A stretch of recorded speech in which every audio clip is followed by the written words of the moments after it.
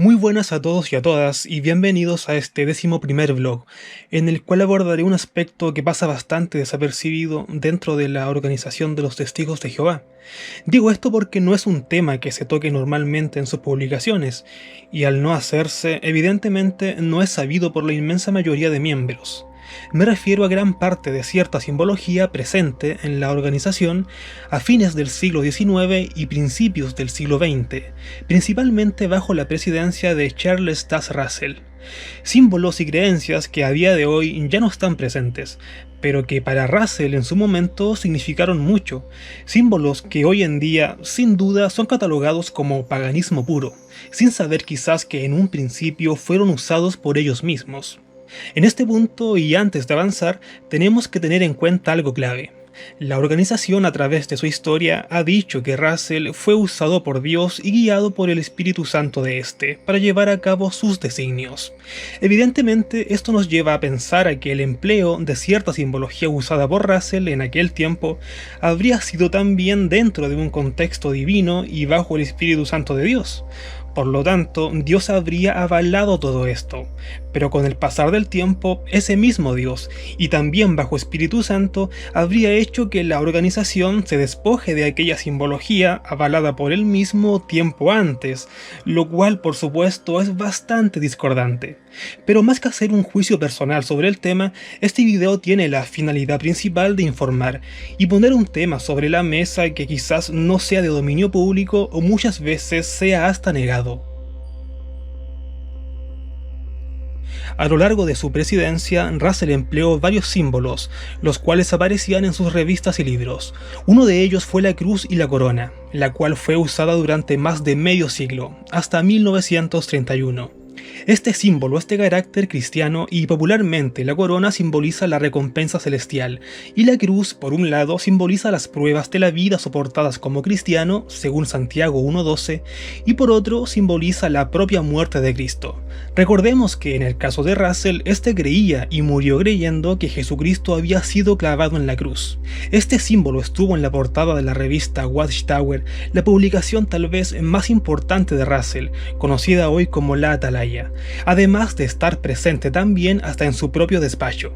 Con la muerte de Russell, Rutherford continuaría usándolo. De hecho, fue usado en asambleas, como la de Cedar Point en 1922, en donde además banderas estadounidenses adornaban el lugar.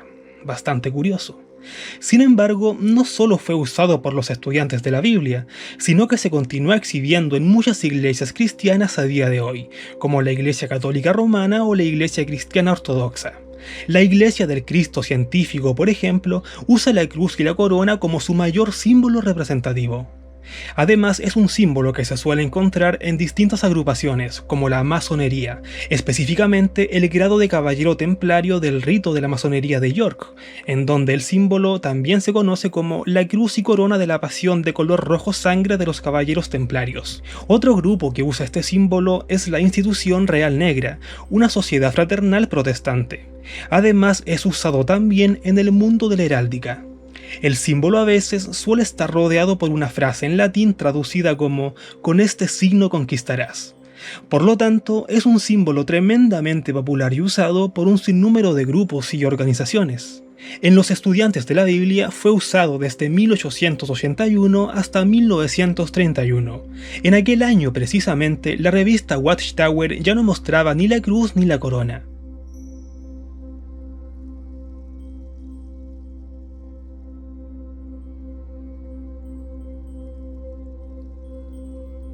El 31 de enero de 1936, Rutherford presentó el libro Riquezas. En la página 26 de la edición en español decía: "Él fue crucificado no en una cruz de madera como las que se exhiben en muchas imágenes y cuadros hechos por los hombres. Jesús fue crucificado y clavado su cuerpo en un madero". Durante 50 años, la organización presentaba la cruz y la corona, generalmente acompañada de otra corona hecha con hojas de laurel, llamada laureola. Esta última es usada popularmente como un símbolo de triunfo, y tiene sus orígenes en la mitología griega, y particularmente se le atribuye al dios Apolo. A la par surgiría la corona de olivos, la cual se otorgaba a los ganadores griegos de los Juegos Olímpicos. A día de hoy, esta corona de olivos es usada también como símbolo por la ONU. En el grupo de Russell, la cruz y la corona eran incluso usadas en colgantes, chapas, prendedores, botones, entre otros.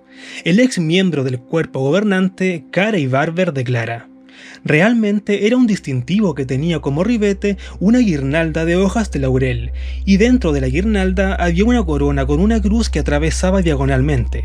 Tenía apariencia muy atractiva, y era la idea que teníamos en aquel momento de lo que significaba llevar nuestra cruz y seguir a Cristo Jesús para poder llevar la corona de la victoria al tiempo debido. En el año 93, el libro Proclamadores también aborda el tema. Por años, los estudiantes de la Biblia llevaron una insignia que consistía en la representación de una cruz dentro de una corona. Este símbolo apareció desde 1891 hasta 1931 en la cubierta de la revista que hoy se conoce como La Atalaya. Pero en 1928 se recalcó que lo que identificaba al cristiano no era llevar un distintivo como adorno, sino su testimonio. En 1936 se mostró que había razón para pensar que Cristo había muerto en un poste, no en una cruz de dos maderos cruzados. Si bien el libro menciona que los estudiantes de la Biblia usaban una cruz y una corona, esta breve referencia no explica qué representaban en profundidad. ¿Por qué se usaba una cruz? ¿Por qué se usaba la corona? ¿Y de dónde Russell saca la simbología para emplearla luego en su grupo? Además, si de verdad se aplicasen las palabras del libro hoy en día, ningún testigo de Jehová usaría el sinnúmero de accesorios distintivos, principalmente representando las siglas JW, que cada vez es más común dentro del grupo. A día de hoy, la cruz no es usada por la organización y es catalogada como un símbolo totalmente pagano. La corona, en tanto, se sigue empleando y se le designa al Jesucristo celestial y a los 144.000 humanos que tendrían que gobernar con éste en los cielos de manera espiritual. Pero también se le asigna a Satanás, quien es muchas veces representado como una gran serpiente de 7 cabezas y 7 coronas. Tal vez la única excusa, por así decirlo, del por qué Russell usó este símbolo y avalar todo esto, es que este fue también un símbolo muy usado en el cristianismo, y debido a esto haya servido de inspiración a Russell, es probable. Pero por otro lado, es totalmente válido preguntarse el por qué, si la Watchtower es la organización de Jehová y está dirigida por su Espíritu Santo, ¿por qué aquel mismo Jehová habría permitido que se promoviera durante décadas lo que ahora se cataloga como una simbología pagana? El símbolo de la cruz y la corona también fue grabado en la pirámide levantada a un costado de la tumba de Russell. La pirámide jugó un papel relevante en la doctrina primigenia de la organización Watchtower y permanecería allí por muchos años. En mi blog anterior abordé en detalle este punto, pero para ponernos en contexto, Russell tenía un gran interés en la pirámide de Giza y su relación con las profecías bíblicas. La creencia y el interés en ella provino de personajes del mundo segundo adventista y de piramidólogos de la época. Cuando Russell muere en 1916, sus fieles seguidores erigieron un monumento piramidal al lado de su tumba, representando así la relevancia que ésta tenía para él. Rutherford posteriormente continuaría usando la doctrina piramidal hasta la década de 1930, donde sería erradicada del grupo. Russell catalogaba a la Gran Pirámide de Giza como un testigo de Dios en la Tierra. Sin embargo, con los años, Rutherford la catalogaría como la Biblia de Satanás. La pirámide como símbolo evoca el poder y protección divina desde hace milenios, pero también simboliza la ascensión del espíritu y el crecimiento personal. Por otro lado, es casi imposible hablar de pirámides y no relacionarlas con posiblemente el símbolo esotérico más reconocido del mundo, asociado con todo tipo de conspiraciones: el ojo con la pirámide. Y hago este alcance porque hace algunos años se popularizó una fotografía aérea de un recinto de asambleas de los Testigos de Jehová a las afueras de la ciudad de Silkeborg, en Dinamarca, el cual tiene prácticamente la misma forma y diseño que aquella pirámide con el ojo que todo lo ve. Muchos comenzaron a vincular este recinto de la Watchtower con la masonería e incluso Illuminatis. Otros lo atribuyeron a aquella simbología piramidal primigenia de Russell. Otros, por supuesto, concluyeron que todo era una mera casualidad. Es un terreno bastante grande, con una forma piramidal casi perfecta, y en su parte superior las edificaciones y árboles nos recuerdan a la pirámide con el ojo que todo lo ve. Alguien pudiera decir que es solo coincidencia, y un testigo de Jehová pudiera decir que no tiene nada que ver con masonería y mucho menos Illuminatis. Es totalmente válido. Personalmente, me parece un tanto exagerado vincular la forma de un terreno o cómo éste está distribuido y asociarlo ciegamente hacia lo misterioso o hacia el ámbito Illuminati, porque se parecen físicamente, sin ningún otro tipo de respaldo. Sin embargo, también estoy muy consciente que el símbolo piramidal y el ojo que todo lo ve fueron usados por la misma organización Watchtower hace muchos años atrás. Sí, el ojo que todo lo ve. Y aquí pasamos a un tercer punto. Este ojo que todo lo ve, también llamado el ojo de Horus, fue usado por Russell en su película El fotodrama de la creación, en 1914, en donde se ve claramente a este coronando la cima de una pirámide, y es evidente que el ojo hace referencia a Dios, al Altísimo, quien precisamente todo lo ve. Por lo tanto, el concepto de la pirámide y el ojo de Horus empleado por Russell a principios de 1900 es el mismo empleado por la masonería, por ejemplo, e incluso aplica al mundo Illuminati. No estoy diciendo que Russell haya sido Illuminati, no. No se trata de eso, se trata de aprender a comprender la doctrina de Russell y cómo éste concebía las cosas, las cuales, por supuesto, son tremendamente distintas a las doctrinas actuales de la organización. Es más, si Russell resucitara mañana y analizara y viera hoy a la organización, se daría cuenta que ésta ha cambiado en un 100%, desde 1916, año de su muerte. Si Russell resucitara mañana y continuara con su doctrina de 1916 al pie de la letra como él la dejó, lo más probable es que sea acusado de apostasía y termine siendo expulsado de la Watchtower. En fin, así es que, queramos o no, esta simbología no es ajena a la organización, independiente de que ya no se use ni salga en sus publicaciones. Por otro lado, me parece curioso que cuando los arquitectos presentaron el diseño, tal vez a la sucursal Betel de Dinamarca, nadie modificara o se diera cuenta del parecido de este con la pirámide y el ojo. Y digo esto porque esto perfectamente pudiera ser una piedra de tropiezo para cualquier testigo de Jehová débil espiritualmente, entre comillas. Y vaya que los testigos de Jehová le dan muchísima importancia a esta frase, ser piedra de tropiezo. Pero, en fin, las conclusiones quedan a criterio personal. En cuanto al ojo de Horus, llamado también el ojo de Utzchat, está asociado precisamente con el dios egipcio Horus, así como a su padre Osiris, que junto con Isis forman la tríada egipcia. En la cultura satánica, en tanto, este ojo es usado para representar el ojo de Lucifer. Es un símbolo tremendamente usado en la masonería hasta nuestros días, y es probable que la importancia que Russell le dio para llegar a incluirlo en su película haya sido debido a la importancia dada a este por la masonería hasta el día de hoy. Según la página de la masonería de Fénix, se habla que para ellos, al igual como los ojos de Jehová están en todo lugar, contemplando y vigilando lo malo y lo bueno, el ojo que todo lo ve es un símbolo de la vigilancia y el ojo del gran arquitecto. Según el diccionario masónico también, el ojo que todo lo ve es un claro símbolo de Dios, basándose en Proverbios 15:3. Sin embargo, es válido volver a preguntarse el por qué Jehová habría permitido que Russell, bajo su Espíritu Santo, incluyera en una película destinada a miles de personas un símbolo con orígenes paganos de la mitología egipcia. Probablemente la única respuesta sea que Russell también se inspirase en Proverbios 15:3 y lo aludiera a un símbolo más bien cristiano, pero no lo sé. Nos quedamos en Egipto porque otro símbolo de aquí también nos convoca. Un símbolo que, al igual que el ojo de Horus, es usado por masones y algunos grupos ocultistas. Me refiero al disco solar alado, el cual Russell empleó, aunque de manera un tanto modificada, en la portada de algunas ediciones de la serie de libros Estudio de las Escrituras.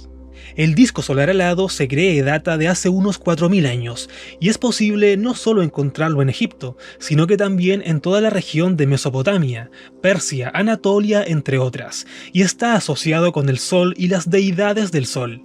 El zoroastrismo, religión iraní del antiguo imperio persa, adopta el símbolo convirtiéndolo en representativo.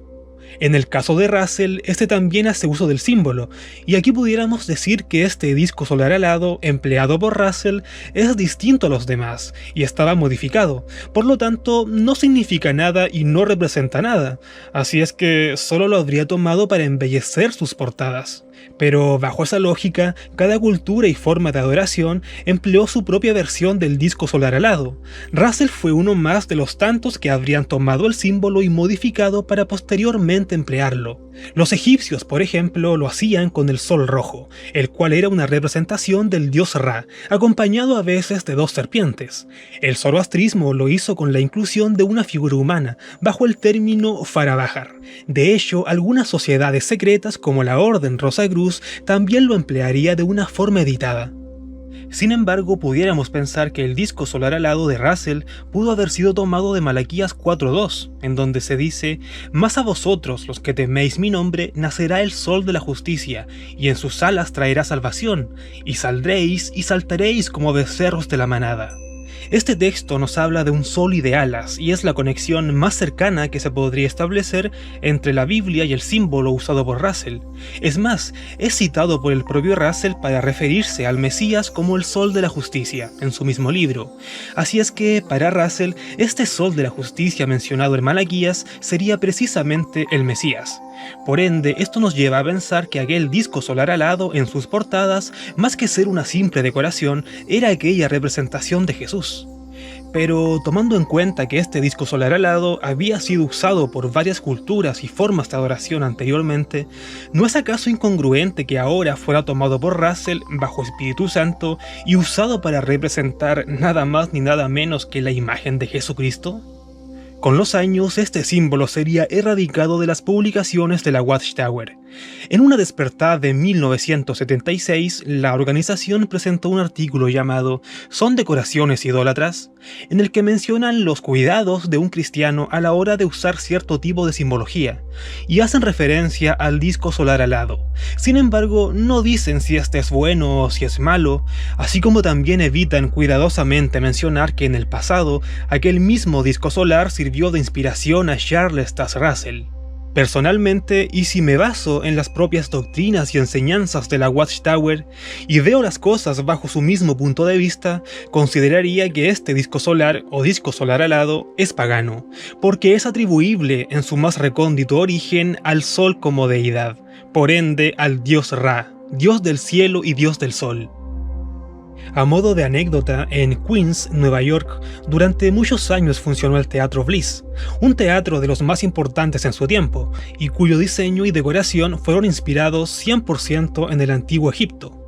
De hecho, la zona superior de su fachada principal estaba decorada con relieves emulando a pinturas egipcias, y en su centro se encontraba el disco solar alado. A mediados de la década del 60, la Watchtower compra el teatro y lo convierte en salón de asambleas. Con el tiempo irían sacando toda la simbología egipcia, y en aquel lugar donde se encontraba el disco solar alado se pone el símbolo de la torre del vigía o atalaya, uno de los símbolos tal vez más importantes de la Watchtower hasta el día de hoy. A ver, no estoy diciendo que esto signifique algo místico o algo así, o que por hacer esto la organización sea malvada. No, es solo una pequeña anécdota que me resulta curiosa y que conecta, se quiera o no, con el tema principal de esta parte del video.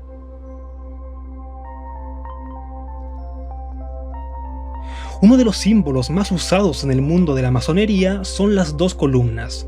De hecho, es posible verlas en la mayoría de sus templos y logias, y se les identifica como columna B en referencia a Boaz y columna J en referencia a Jaquín. Boaz y Jaquín fueron los nombres de dos columnas o pilares situados en el pórtico del antiguo templo de Jerusalén. No formaban parte de la estructura en sí, más bien eran pilares independientes con un propósito más bien ritualista. Hoy en día estos pilares son inmensamente usados en masonería y en menor medida por iglesias, principalmente cristianas, aunque también son conocidas en el mundo del tarot.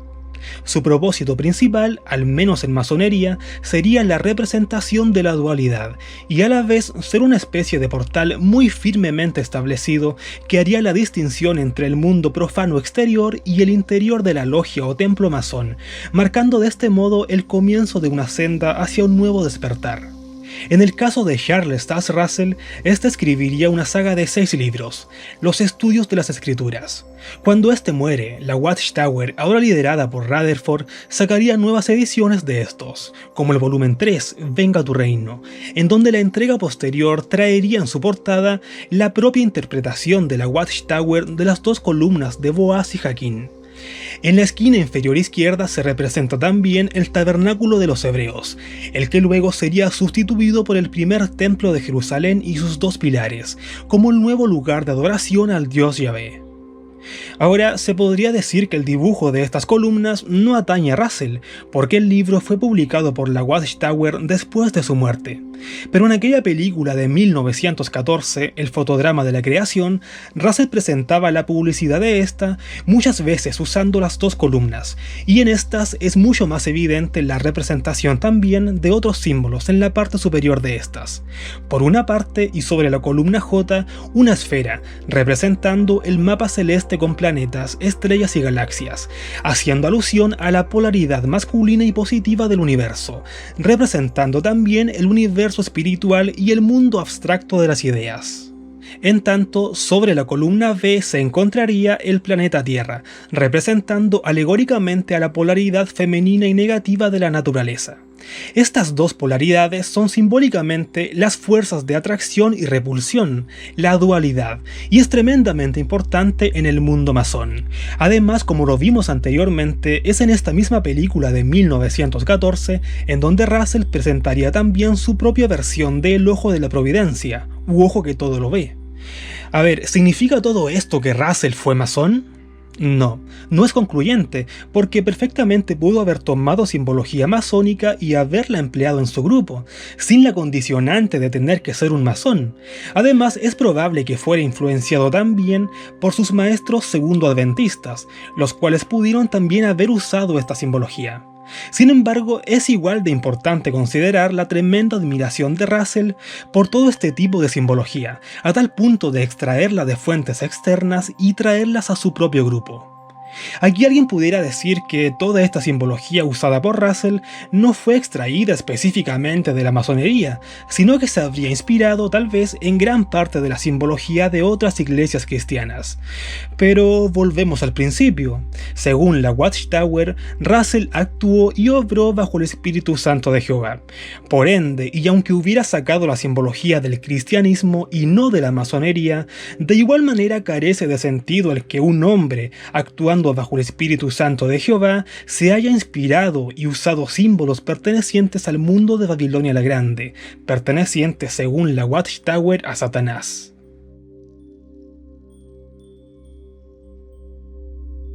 El siguiente punto, si bien no es específicamente un símbolo, fue una creencia instaurada dentro del grupo por muchos años, y al igual como sucedió con los símbolos ya analizados, permaneció en el grupo varias décadas. Hablamos de las Pléyades, también llamadas las 7 hermanas.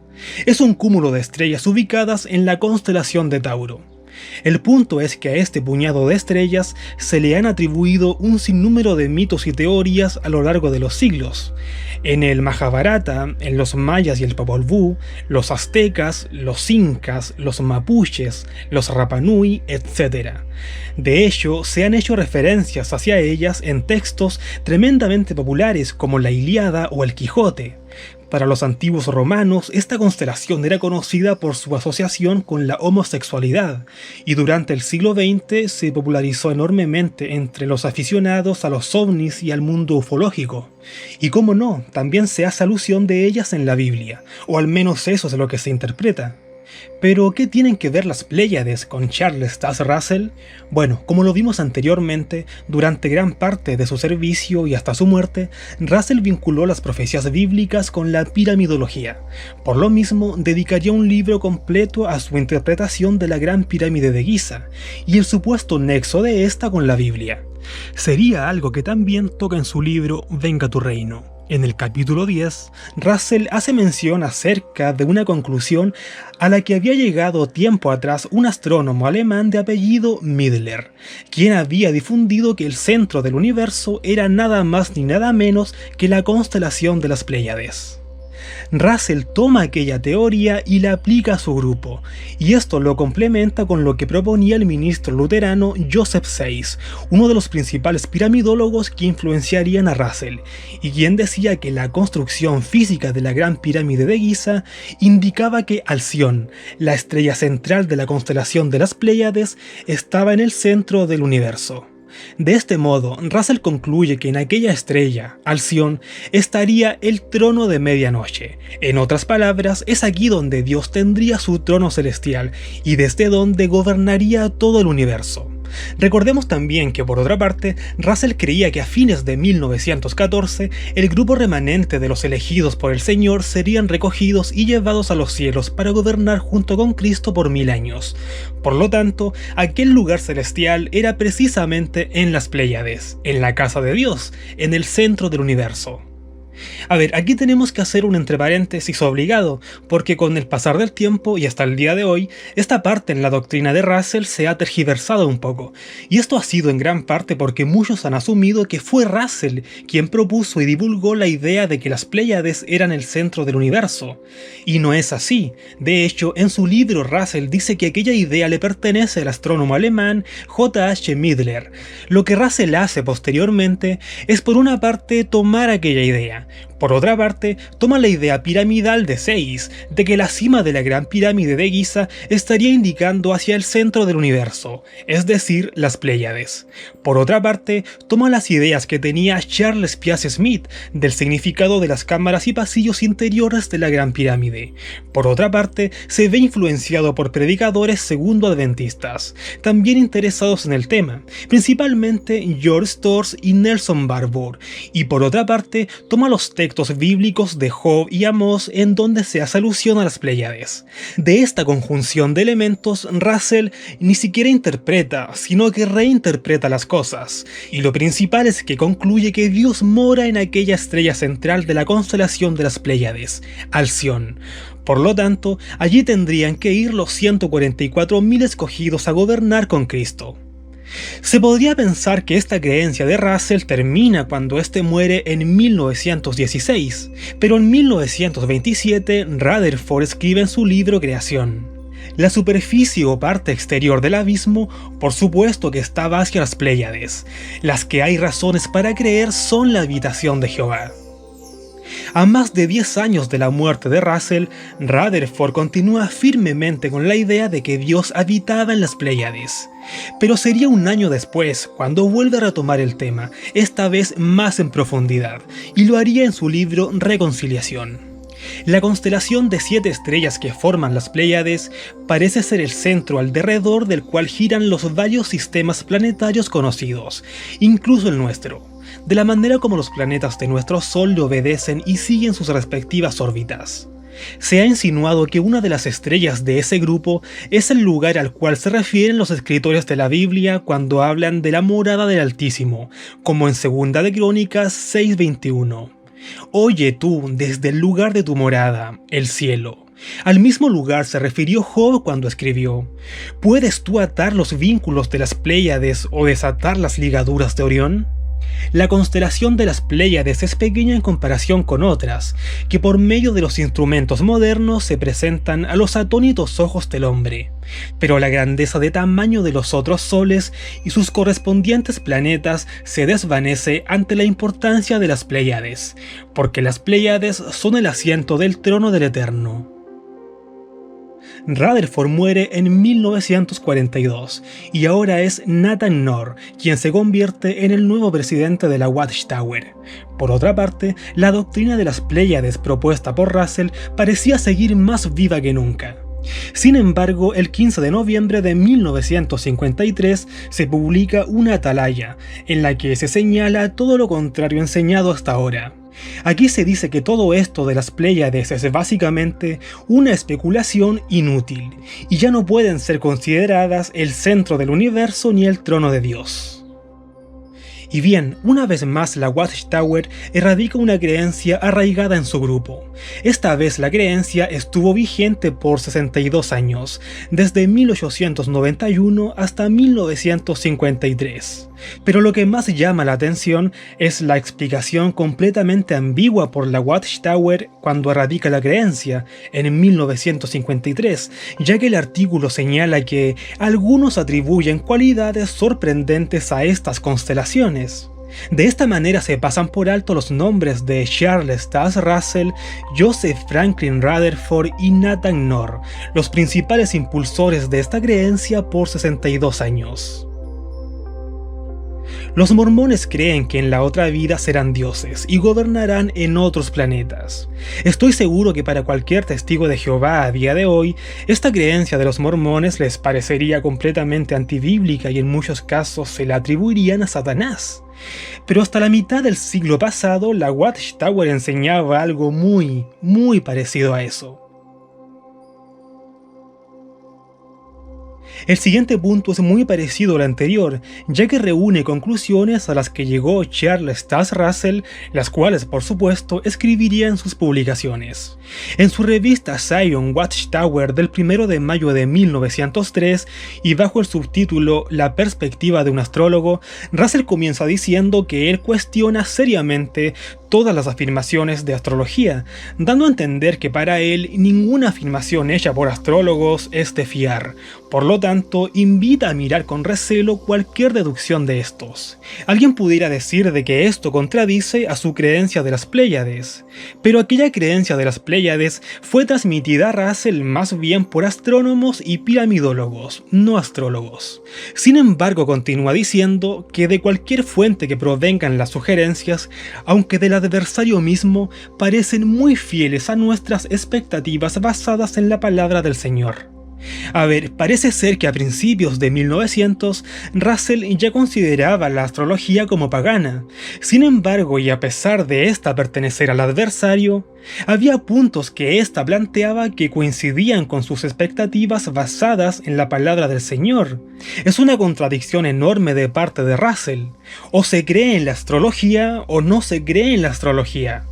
Russell la consideraba como parte del adversario y no confiable. Sin embargo, concuerda y extrae de esta ciertos puntos, como que Saturno es el representante de la gran fuerza motriz que ha dominado la mente del hombre hasta la actualidad, o que Júpiter, que representa la ley, la religión y la moralidad, ha estado subordinado a la fuerza mayor y más potente de Saturno. Cuando Urano y Júpiter se encuentren en el signo humano de Acuario en 1914, la era prometida desde hace mucho tiempo habrá tenido un comienzo justo en el trabajo de liberar al hombre para que trabaje en su propia salvación y asegurará la realización final de los sueños e ideales de Dios. A ver, esto es astrología aquí y en Papúa Nueva Guinea, aquí y en Mozambique, y sirvió para que Russell lo tomase y le diera su propia connotación. A ver, Russell no lo escribió, estamos claros en eso, pero toma las declaraciones de este astrólogo y las emplea en su grupo. De hecho, Urano y Júpiter se encuentran en el signo humano de Acuario cada 80 años aproximadamente, y los astrólogos consideran este hecho como un signo poderoso. Ellos afirman que el comienzo de la Primera Guerra Mundial en 1914 es una prueba de que ocurren eventos extraordinarios con el encuentro de Urano y Júpiter en el signo de Acuario. 2 años después, la revista Zion Watchtower del 1 de octubre de 1905 vuelve a hacer referencia a la astrología. En una docena de publicaciones de esta primavera actual en toda Europa, los astrólogos están de acuerdo en que se acerca un periodo extraordinario. En primer lugar, Saturno entra en el signo de los peces en abril de 1905, para permanecer allí durante 1906 y 1907. Saldrá solo en julio de 1908. Y estas conjunciones, las más raras en astrología, prometen ser particularmente duras para Francia. Una vez más, la astrología y el zodíaco se hacen presentes en la literatura de Russell. Como ya lo señalé, Russell no escribió estas cosas, él las toma de los astrólogos y las emplea en su literatura para demostrar que los vaticinios de estos no estaban muy alejados y concuerdan bastante con lo que él y su grupo proponían. Una vez más, tengamos presente que la Watchtower a día de hoy señala que Russell actuó bajo total Espíritu Santo. Los primeros números de la revista Watchtower de Russell no solo presentaban como símbolo la cruz y la corona, ya que acompañando a esto se encontraba también un escudo de armas, muy gráfico, el cual habría representado la armadura cristiana, según Efesios 6:16. Esta portada es una de las más conocidas de la revista, y el escudo de armas como tal estuvo activo durante 36 años en la organización, desde 1895 hasta 1931. A ver, es probable que uno de los motivos del por qué a fines de 1931 el símbolo fuera eliminado haya sido que, por un lado, Rutherford se diera cuenta que el símbolo, de un modo u otro, podría generar confusión en alguien no perteneciente a la sociedad, ya que la alusión tan gráfica de este hacia lo bélico y a las armas era evidente, y ellos como grupo apelaban a la paz y a la no guerra, por lo que claramente era una contradicción, por muy basado en Efesios 6 que este haya sido.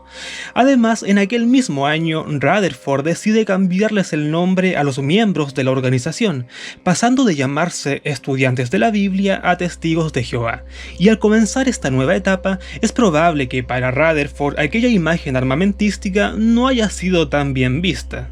A ver, esto lo digo bajo mi total punto de vista. Probablemente la razón de por qué este se descontinuase haya sido otra, no lo sé, y si alguien lo sabe, hágamelo saber.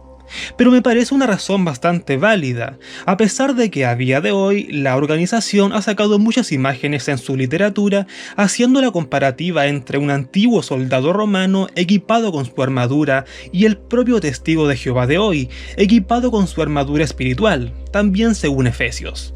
Pero ¿por qué hacer la comparativa con los soldados romanos? Ellos mataron a Jesús, ellos mataron al apóstol Pablo, ellos persiguieron a los primeros cristianos. Bueno. Al analizar la historia más recóndita de la organización Watchtower, no resulta muy difícil el darse cuenta que Russell estuvo muy influenciado por doctrinas y enseñanzas procedentes de la masonería y la cristiandad, ambas por supuesto parte del mundo de Satanás, según la Watchtower. Esto en parte debido a las opiniones de los maestros segundo-adventistas que lo rodeaban, y los cuales influenciarían de gran manera en él. Todas las doctrinas específicamente concernientes al mundo masón que Russell toma no pueden ser catalogadas simplemente como pequeños lapsus o pequeños errores en la historia de la organización que tenemos que pasar por alto y de manera desapercibida, ya que en muchos casos se presentaban como verdades muy firmemente establecidas y desarrolladas, y que serían promovidas algunas durante más de 50 años. Muchas de ellas se continuaron empleando bajo el liderazgo de Rutherford, y es curioso porque según la propia Watchtower, Jesús nombra al esclavo fiel y discreto de Mateo 24 en 1919, y este sería Rutherford. Por lo tanto, Jesús habría escogido a un grupo que en 1919 creía y practicaba cosas que hoy son catalogadas como mundanas y paganas, es decir, pertenecientes a Satanás. Para justificar cualquier cambio en su manera de pensar, en sus doctrinas y enseñanzas a través de las décadas, la Watchtower usa siempre Proverbios 4:18.